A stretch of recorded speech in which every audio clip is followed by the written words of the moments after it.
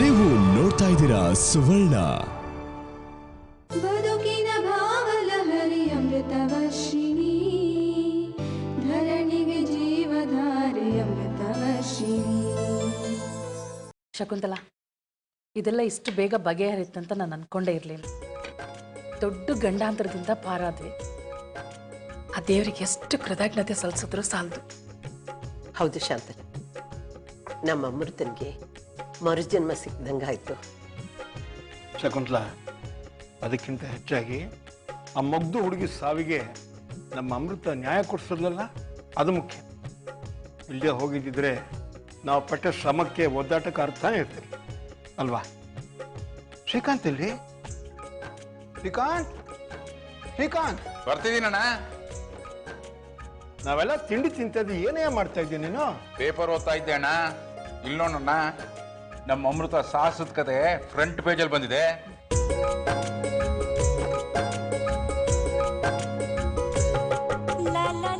ಇಲ್ಲಿ ನೋಡು, ರಾಜಕೀಯ ಪ್ರೇರಿತ ಕೊಲೆ ಬಯಲು, ಎಸಿಪಿ ಅಮಾನತ್ತು, ಕೊಲೆಯನ್ನು ನೋಡಿದ ಹೆಣ್ಣು ಮಗಳು ಧೈರ್ಯದಿಂದ ಮುನ್ನುಗ್ಗಿ ಕೊಲೆಯ ಸಂಚನ್ನು ಭೇದಿಸಿದ ಕತೆ ಅಂತೆಲ್ಲ ಬರೆದಿದ್ದಾರೆ. ಹೌದೇನು? ನೋಡು, ಕೊಡಿಲಿ ಫೋಟೋ ಬೇರೆ ಹಾಕ್ತಿದ್ದಾರೆ.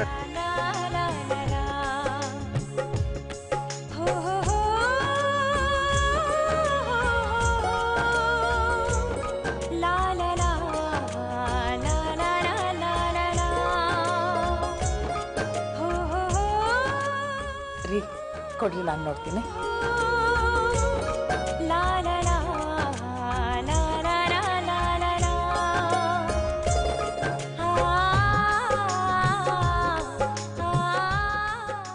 ಹೌದಲ್ಲ, ನಮ್ಮ ಅಮೃತನ ಬಗ್ಗೆ ತುಂಬಾ ಹೊಗಳಿ ಬರೆದಿದ್ದಾರೆ.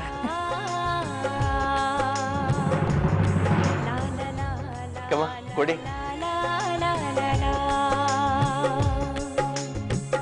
ಅದ್ಗೆ ಕಾಂಗ್ರಾಟ್ಸ್, ಫ್ರಂಟ್ ಪೇಜಲ್ಲೇ ಮಿಂಚಿಬಿಟ್ರಿ. ಇದರಲ್ಲಿ ನನ್ನ ಪಾತ್ರ ಏನೂ ಇಲ್ಲ ವಿನಯ್ ಅವರೇ. ಇದಕ್ಕೆಲ್ಲ ಮಾರ್ಗದರ್ಶನ ನೀಡಿದ್ದು ಆ ಇನ್ಸ್ಪೆಕ್ಟರ್ ಪ್ರತಾಪ್ ಸರ್. ಇಲ್ಲಮ್ಮ, ನೀನು ಅಷ್ಟೊಂದು ಧೈರ್ಯ ತೋರಿಸದೆ ಹೋಗಿದ್ದಿದ್ರೆ ಇದಿಷ್ಟು ಸುಲಭವಾಗಿ ಬಗೆಹರಿತಾ ಇರಲಿಲ್ಲ.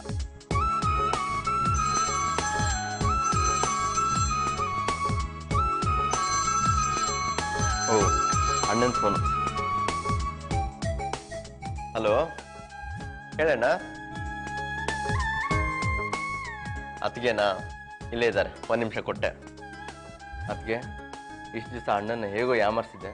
ಈಗಲೂ ನೀವು ಮಾತಾಡಲಿಲ್ಲ ಅಂದರೆ ಎಲ್ಲ ಬಿಸ್ನೆಸ್ ಓಡ್ ಬಂದ್ಬಿಡ್ತಾನೆ. ಮಾತಾಡಿ. ಸರಿ, ಆಫೀಸ್ಗೆ ಹೋಗ್ತಾ ಇದ್ದೆ. ನಡಿವಿನೇ ಅಲ್ಲಿ ಆಗಿರೋ ಮೆಸ್ನ ಸರ್ವ್ ಮಾಡೋಕ್ಕೆ 1 ತಿಂಗಳು ಬೇಕಾಗುತ್ತೆ. ಬರ್ತೀನಿ ಶಾಂತಲ, ಬರ್ತೀನಮ್ಮ. ವಿನಯ್, ಇವತ್ತೇ ಆಫೀಸ್ಗೆ ಹೊರಟ್ಬಿಟ್ರಾ? ಏನಮ್ಮ, ಈ ದಿವಸ ನಿಮ್ಮ ಅಮ್ಮನ ಮನೆಯಲ್ಲಿ ಬಕೆಟ್ ಕಡೆ ನೀರು ಹೊತ್ತಿದ್ದು, ಅಡಿಗೆ ಸಾಮಾನು ತಂದಿದ್ದು ಸಾಲದ? ಇಲ್ಲೂ ಅದನ್ನೇ ಮಾಡ್ತಾ ಕೂತ್ಕೋಬೇಕೇನು? ಚೇಚೆ, ಹಾಗಲ್ಲ ಮಾವ, ಒಂದಿಷ್ಟು ಪರ್ಚೇಸಿಂಗ್ ಮಾಡೋದಿತ್ತು, ಅದಕ್ಕೆ ಕೇಳಿದೆ. ನೋಡಮ್ಮ, ಪರ್ಚೇಸ್ ಮಾಡೋ ನೆಪದಲ್ಲಿ ಬಿನೇನ ಚೇಸ್ ಮಾಡೋದು ಬಿಟ್ಬಿಡು. ಆಫೀಸಲ್ಲಿ ನಮ್ಮ ಸ್ಥಿತಿ ಪರ್ಚ್ಕೊಳಕಾಗಿದೆ. ಸರಿ, ಹೋಗ್ಲಿ ಬಿಡಿ ವಿನಯ್, ನಾನು ಅಮ್ಮನ ಕರ್ಸ್ಕೊಂಡು ಹೋಗ್ತೀನಿ. ಅಮ್ಮನ ಜೊತೆ ಇದ್ದಾಗೆ ಆಗ್ಲಿಲ್ಲ. 1-2 ದಿನ ಅಮ್ಮ ಇಲ್ಲೇ ಬಂದಿರ್ಲಿ. ಅದಕ್ಕೇನಂತೆ ವರ್ಷ, ಕರೆಸ್ಕೋ. ಇಲ್ಲ, ಅವಳಿ ಮನೆಗೆ ಬರೋ ಹಾಗಿಲ್ಲ.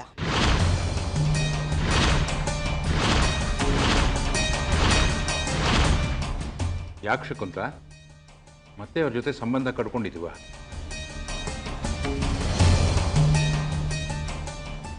ಪದೇ ಪದೇ ನಾನು ಹೇಳ್ತಾ ಇರೋದು ನಿಮಗೆ ಮಕ್ಕಳಾಟ ಅಂತ ಅನಿಸುತ್ತೆ.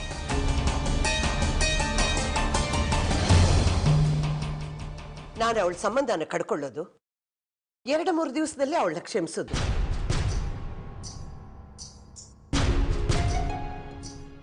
ಅವಳು ಬಂದು ಮತ್ತೆ ಏನಾದರೂ ಎಡವಟ್ಟು ಮಾಡೋದು.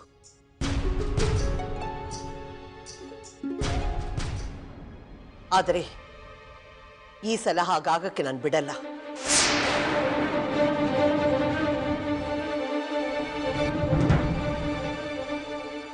ಆ ಯಶೋಧ ನಮ್ಮ ವಂಶ ಸರ್ವನಾಶ ಆಗ್ಲಿ ಅಂತ ಶಾಪ ಹಾಕಿದ್ದಾಳೆ.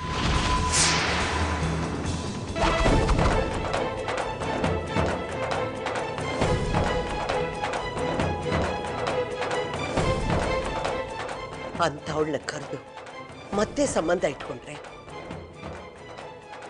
ನಮ್ಮ ಮನೆತನಕ್ಕೆ ಅವಮಾನ ಆಗುತ್ತೆ.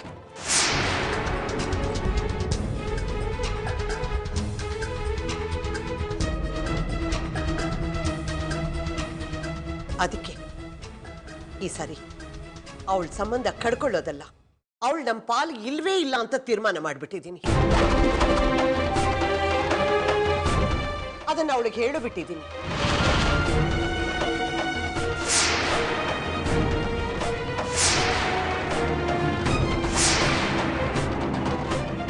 ಇದು ಎಲ್ರಿಗೂ ಅನ್ವಯ ಆಗುತ್ತೆ.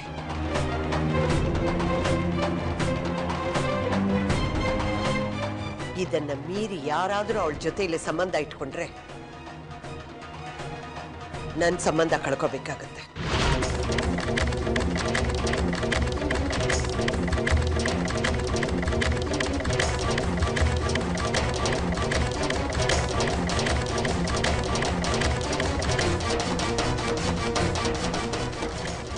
ಇಷ್ಟ್ರ ಮೇಲೆ ನಿಮಗೆಲ್ಲ ಹೇಗೆ ತೋಚುತ್ತೋ ಹಾಗೆ ನಡ್ಕೋಬಹುದು.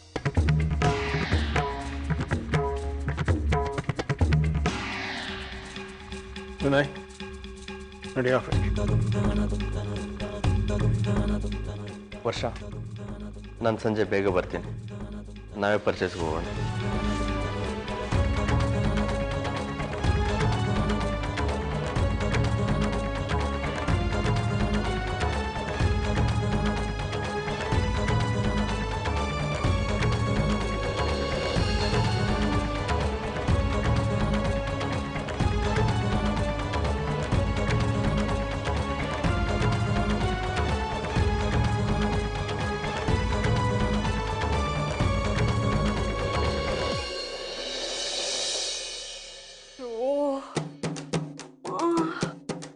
ಪಾಪಿಗಳು ಯಾವ ರೀತಿ ಹೊಡೆದ್ಬಿಟ್ರು.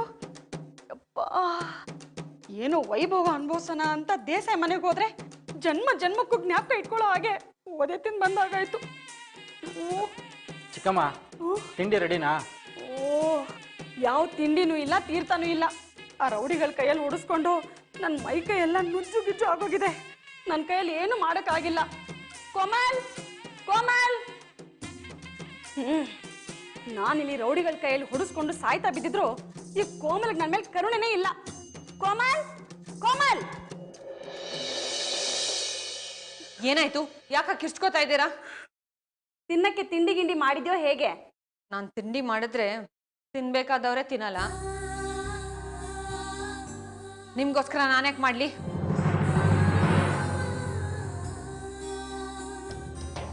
ನೋಡ್ದ್ಯಾ ಕರಣ್, ಎಷ್ಟು ಕೊಬ್ಬಿಯೊಳಗೆ. ಇನ್ನೂ ನೀನು ಇವಳನ್ನ ಅದ್ಯಾವ ಸೀಮೆ ಹೆಂಡತಿ ಅಂತ ಸಹಿಸ್ಕೊಂಡಿದ್ಯೋ ಏನೋ.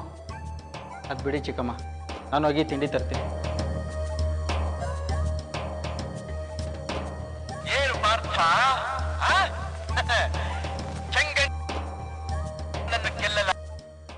ಏನೇ ವರ್ಷ, ಎಲ್ಲ ಆರಾಮ? ಏನು ಆರಾಮೋ ಏನು ಕಥೆಯೋ. ಇಷ್ಟು ದಿವಸ ಅಲ್ಲಿ ಚಾಕ್ರಿ ಮಾಡಿದ್ದಾಯ್ತು, ಇನ್ನು ಇಲ್ಲಿ ಶುರು. ನಿನ್ನ ಜೊತೆ ಒಂದಷ್ಟು ದಿವಸ ಆರಾಮಾಗಿರೋಣ ಅಂದ್ಕೊಂಡೆ, ಆದರೆ ಅದಕ್ಕೂ ಅವಕಾಶನೇ ಇಲ್ಲ. ಯಾಕೆ ವರ್ಷ, ಏನಾಯ್ತು? ಇನ್ನೇನು ಮಾಮೂಲಿ, ನೀನೇನಾದರೂ ಒಂದು ಎಡವಟ್ ಮಾಡ್ತಾನೆ ಇರ್ತೀಯ, ಶಕುಂತಲಾ ಅತ್ತೆ ನಿನ್ನ ಬಹಿಷ್ಕಾರ ಹಾಕ್ತಾನೆ ಇರ್ತಾರೆ. ಅಷ್ಟೇನಾ? ಅದು ಇದ್ದಿದ್ದೇ ಬಿಡು. ಅದಕ್ಕೆ ಯಾಕೆ ಅಷ್ಟೊಂದು ತಲೆ ಕೆಡಿಸ್ಕೊತಿದ್ಯಾ? ಇನ್ನೊಂದು ವಾರಕ್ಕೆ ಅವಳೇ ಸರಿ ಹೋಗ್ತಾಳೆ. ಇಲ್ಲಮ್ಮ, ಈ ಸರಿ ಶಕುಂತಲಾ ಅತ್ತೆ ತುಂಬ ಸಿಟ್ಟು ಮಾಡ್ಕೊಂಡಿದ್ದಾರೆ. ನೀನು ದೇಸಾಯಿ ವಂಶ ಸರ್ವನಾಶ ಆಗೋಗ್ಲಿ ಅಂದ್ಯಲ್ಲ, ಅದನ್ನು ಶಕುಂತಲಾ ಅತ್ತೆ ಸಿಕ್ಕಾಪಟ್ಟೆ ಸೀರಿಯಸ್ ಆಗಿ ತೊಗೊಂಡಿದ್ದಾರೆ. ಹೌದಾ? ಏನಂದ್ಲು? ಏನು ಅನ್ನೋದಾ?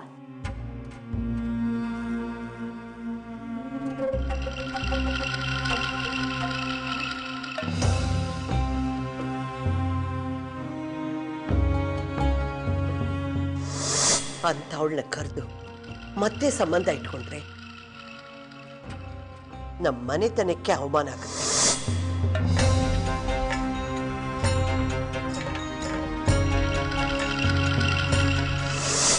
ಅದಕ್ಕೆ ಈ ಸಾರಿ ಅವಳ ಸಂಬಂಧ ಕಡ್ಕೊಳ್ಳೋದಲ್ಲ, ಅವಳು ನಮ್ಮ ಪಾಲು ಇಲ್ವೇ ಇಲ್ಲ ಅಂತ ತೀರ್ಮಾನ ಮಾಡಿಬಿಟ್ಟಿದ್ದೀನಿ.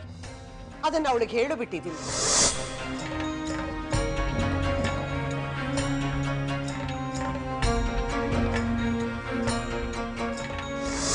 ಇದನ್ನ ಮೀರಿ ಯಾರಾದರೂ ಅವಳ ಜೊತೆಯಲ್ಲಿ ಸಂಬಂಧ ಇಟ್ಕೊಂಡ್ರೆ ನನ್ನ ಸಂಬಂಧ ಕಳ್ಕೋಬೇಕಾಗತ್ತೆ. ಇಷ್ಟೆಲ್ಲ ಹೇಳಿದ್ರು. ಅಯ್ಯೋ, ನನ್ನ ಮುಂದೆನೂ ಅಂದಿದ್ಲು. ನಾನು ಅಲ್ಲಿಗೆ ಮರಿತಾಳೆ ಅಂದ್ಕೊಂಡಿದ್ದೆ.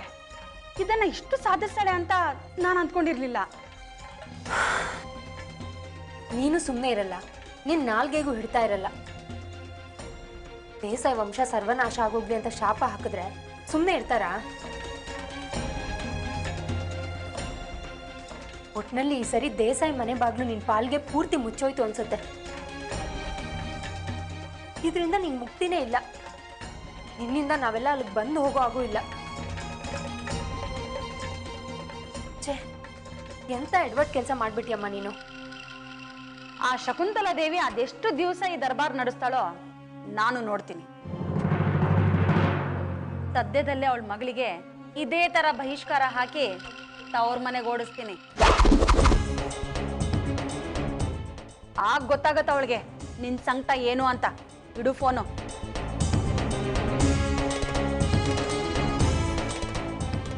ಛೇ, ಈ ಅಮ್ಮ ಇನ್ನೇನು ಅನಾಹುತ ಮಾಡ್ತಾಳೋ. ಆ ಕೋಮಲ್ಗೇನಾದ್ರೂ ಹಿಂಸೆ ಕೊಟ್ಟು ಶಕುಂತಲಾ ಅತ್ತೆ ಗೊತ್ತಾದ್ರೆ ಮತ್ತೆ ಅವ್ರ ಸಿಟ್ಟು ನನ್ನ ಕಡೆ ತಿರುಗುತ್ತೆ. ಇವ್ರ ಮಧ್ಯೆ ನಾನು ಒದ್ದಾಡಬೇಕು. ಎಲ್ಲ ನನ್ನ ಕರ್ಮ. ಬದುಕಿನ ಭಾವಲಹರಿ ಅಮೃತವರ್ಷಿಣಿ.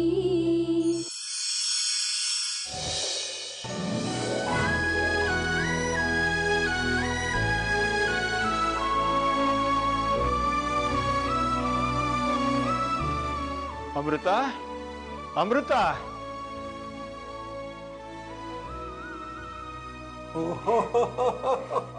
ಅಟ್ಟೊಟ್ಟೆ ಚೆನ್ನಾಗುತ್ತಾಗ್ಲೇ. Good good. ಏನ್ ಮಾವ? ಮಗು ಹೆಸರಲ್ಲಿ 1 ಲಕ್ಷ ರೂಪಾಯಿ FD ಮಾಡಿದೆ. ತಗೋ. ಇದ್ಯಾವ್ದು ಮಾವ? ಈಗ್ಯಾಕೆ ಇವಳ ಹೆಸರಲ್ಲಿ ದುಡ್ಡಿಡಕ್ ಹೋದ್ರಿ? ನಾನಿಟ್ಟಿದ್ದ ದುಡ್ಡಲ್ಲಮ್ಮ, ಜಾನಕಿ ಎತ್ತೆ ನಿನಗೆ ಅಂತ ಕೊಟ್ಟು ಹುಡುಗೋರೆ. ತಗೋ. ಅಜ್ಜಿ ನನ್ಗೆ ಅಂತ ಕೊಟ್ಟು ಹುಡುಗೋರೆನಾ? ಹೌದಮೃತ, ಮರ್ತ್ಬಿಟ್ಟಿಯಾ?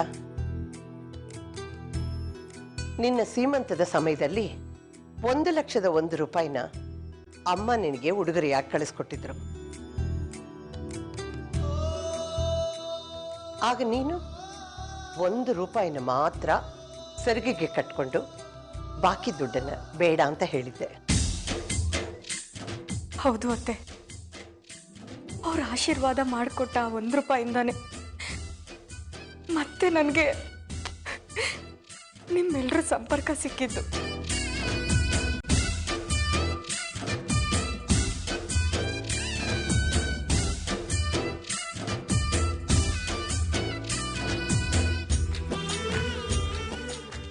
ಅಮೃತ, ಯಾಕಮ್ಮ ಹಳೇದೆಲ್ಲ ನೆನಪಾಯ್ತಾ?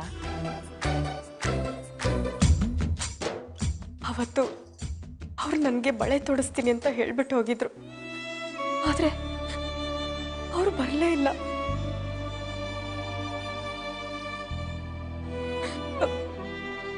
ಅವ್ರು ಬದುಕ್ ಬಂದಿದ್ದೇ ಒಂದು ಅದೃಷ್ಟ.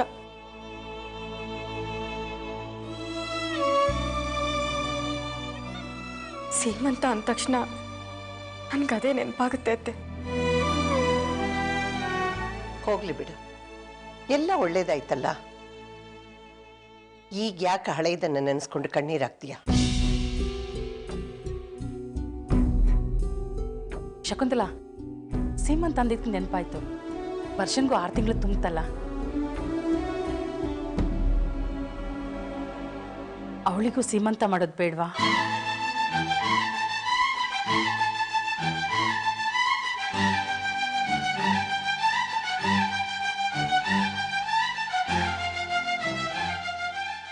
ಹೌದಲ್ವಾ? ಆ ವಿಷಯ ನಾವು ಮರ್ತೇ ಬಿಟ್ಟಿದ್ವಿ. ಮರ್ತಿಲ್ಲ ರೀ, ಒಂದಲ್ಲ ಒಂದು ಸಮಸ್ಯೆ ಬಂದು ಈ ವಿಷಯ ಸ್ವಲ್ಪ ಮುಂದಕ್ಕೋಯ್ತು. ಈಗ ಮಾಡ್ಬೋದಲ್ಲ ಶಕುಂತಲಾ? ಖಂಡಿತ. ವರ್ಷನ ಹೊಟ್ಟೆನಲ್ಲಿ ಟ್ವಿನ್ಸ್ ಇದೆ. ಅವಳು ಇವಾಗ ಆರಾಮಾಗಿ ಓಡಾಡ್ಕೊಂಡಿದ್ದಾಳೆ. ಇಂಥ ಟೈಮಲ್ಲೇ ಮಾಡಬೇಕು. ಮುಂದೆ ಅವಳು ಕೂರಕ್ಕೂ ಆಗದೆ ನಿಲ್ಲೋಕ್ಕಾಗದೆ ಇರೋವಾಗ ಮಾಡಿದರೆ ಅವಳಿಗೂ ಕಷ್ಟ ಆಗುತ್ತಲ್ಲ. ಹೌದು ಶಕುಂತಲಾ, ಸರಿಯಾಗಿ ಹೇಳಿದೆ. ಹಾಗಿದ್ಮೇಲೆ ಜೋಯ್ ಸರ್ನ ಕೇಳಿ ಒಂದು ಒಳ್ಳೆ ದಿವಸನ ನಿಶ್ಚಯ ಮಾಡಿಬಿಡಿ. ಆಯ್ತು ಬಾವ, ನಾನು ವಿಚಾರಿಸ್ತೀನಿ. ಓ, ಅವಳೇ ಬಂದ್ಬಿಟ್ಲಲ್ಲ.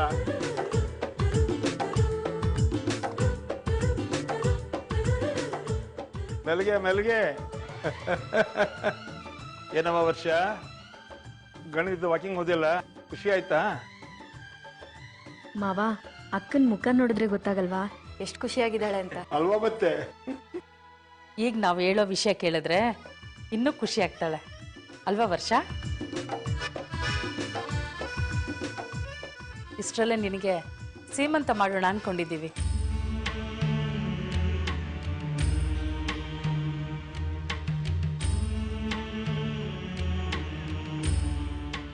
ಯಾಕೆ ವರ್ಷ ಸುಮ್ಮನೆ ನಿಂತ್ಬಿಟ್ಟೆ? ನಿನಗೆ ಖುಷಿ ಆಗ್ಲಿಲ್ವಾ? ತವ್ರ ಮನೆ ಕಡೆ ಇರೋ ಸಂಬಂಧ ಅಂದ್ರೆ ಅಮ್ಮ ಒಬ್ಳೆ. ಅವಳೇ ನಿಮ್ ಪಾಲ್ಗಿಲ್ಲ ಅಂತ ಹೇಳಾಗಿದ್ಯಲ್ಲ.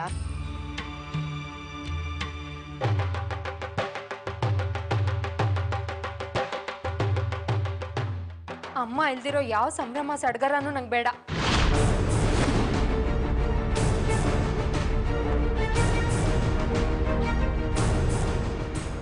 ಅಮ್ಮನೇ ಇಲ್ಲದ್ಮೇಲೆ ನಾನು ಯಾಕೆ ಸೀಮಂತ ಮಾಡಿಸ್ಕೊಳ್ಳಿ?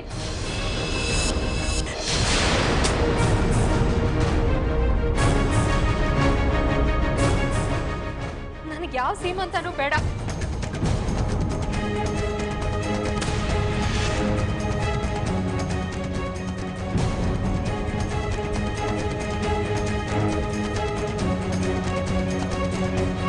ಬದುಕಿನ ಭಾವಲಹರಿ ಅಮೃತವರ್ಷಿಣಿ.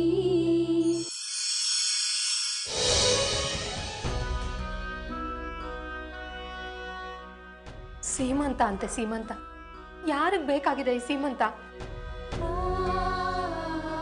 ವರ್ಷ, ಮನೆಯವರೆಲ್ಲ ಅಷ್ಟು ಪ್ರೀತಿಯಿಂದ ನಿನ್ನ ಸೀಮಂತ ಮಾಡಬೇಕು ಅಂತ ಪ್ಲ್ಯಾನ್ ಮಾಡಿದರೆ ನೀನು ಅವ್ರ ಮುಖದ ಮೇಲೆ ಹೊಡೆದಾಗ ನಂಗೆ ಸೀಮಂತನೇ ಬೇಡ ಅಂತ ಹೇಳ್ಬಿಟ್ಟು ಬಂದಿಯಲ್ಲ, ಏನು ವರ್ಷ ಆಯಿತು? ಮತ್ತಿನ್ನೇನು ಮಾಡಲಿ ವಿನಯ್? ಅಮ್ಮ ಇಲ್ಲದೆ ಸೀಮಂತ ಮಾಡಿಸ್ಕೊಳಕ್ ನನ್ನ ಮನಸ್ಸು ಒಪ್ತಿಲ್ಲ. ಅಮೃತನ ಸೀಮಂತದಲ್ಲಿ ಅಮ್ಮ ಎಷ್ಟೊಂದು ಓಡಾಡಿದ್ಲು. ಇರ್ಬೋದು ವರ್ಷ, ಆದರೆ ಅತ್ತೆ ಕೂಡ ಕ್ಷಮಿಸಕ್ಕಾಗದಿರೋಂಥ ತಪ್ಪು ಮಾಡಿದಾರಲ್ವಾ? ಇಲ್ಲ ಅಂತ ಹೇಳ್ತಿಲ್ಲ, ಆದರೆ ಅವಳು ನಂಗೆ ಹೆತ್ತಮ್ಮ. ಅವಳು ಏನು ತಪ್ಪು ಮಾಡಿದ್ರು ಮಗಳಾಗಿ ಅವಳ ಮೇಲೆ ದ್ವೇಷ ಸಾಧಿಸಕ್ಕಾಗಲ್ಲ. ಇಷ್ಟು ದಿವಸ ಸಂಬಂಧ ಕಟ್ಕೊಳ್ಳೋ ಮಾತಾಡ್ತಿದ್ರು, ಆದರೆ ಈಗ ಅವಳು ನನ್ನ ಪಾಲ್ಗೆ ಇಲ್ಲ ಅಂತಾರೆ. ಶಕುಂತಲಾ ಅತ್ತೆ ಪಾಲ್ಗೆ ನಮ್ಮಮ್ಮ ಇಲ್ಲದೆ ಇರ್ಬೋದು, ಆದರೆ ನನ್ನ ಪಾಲ್ಗಿರ್ತಾರಲ್ವಾ? ಬದುಕಿರೋ ಅಮ್ಮನ್ನ ಇಲ್ಲ ಅನ್ಕೊಂಡು ಹೇಗಿರೋದು? ವರ್ಷ, ನಿನ್ನ ನೋವು ಸಂಕಟ ಏನು ಅಂತ ನನಗೆ ಅರ್ಥ ಆಗುತ್ತೆ ವರ್ಷ. ಆದರೂ ನಿಮ್ಮಮ್ಮ ಒಬ್ಬರಿಗೋಸ್ಕರ ನಮ್ಮ ಇಡೀ ಕುಟುಂಬನ ಡಿಸಪಾಯಿಂಟ್ ಮಾಡೋದು ಚೆನ್ನಾಗಿರಲ್ಲ. ಏನ್ ನಿಮ್ಮ ಮಾತಿನ ಅರ್ಥ? ಕೊಟ್ಟ ಹೆಣ್ಣು ಕುಲಕ್ ಹೊರಗು, ಅವಳು ಏನಿದ್ರು ಗಂಡನ ಮನೆ ಆಸ್ತಿ, ಅವ್ರು ಹೇಳ್ದಂಗೆ ಅವ್ರ ತಾಳಕ್ ತಕ್ಕಂತೆ ಕುಣ್ಕೊಂಡಿರ್ಬೇಕು ಅಂತನಾ? ಎಷ್ಟೇ ನೋವಾದ್ರೂ ಬಾಯಿ ಮುಚ್ಕೊಂಡು ಸಹಿಸ್ಬೇಕು ಅಂತನಾ? ವರ್ಷದ ಹಾಗಲ್ಲ. ಪ್ಲೀಸ್ ವಿನಯ್, ನನ್ಗಿನ್ನೇನು ಹೇಳ್ಬೇಡಿ. ಈ ವಿಷಯದಲ್ಲಿ ನಾನು ಯಾವ ಕಾಂಪ್ರಮೈಸ್ಗೂ ಒಪ್ಕೊಳ್ಳಲ್ಲ. ಅಮ್ಮ ಇಲ್ದೆ ನನ್ಗೆ ಯಾವ ಸೀಮಂತನೂ ಬೇಡ ಬೇಡ ಬೇಡ ಅಷ್ಟೇ. ಪ್ಲೀಸ್ ನನ್ನ ಪಾಡಿಗೆ ನನ್ ಬಿಟ್ಬಿಡಿ.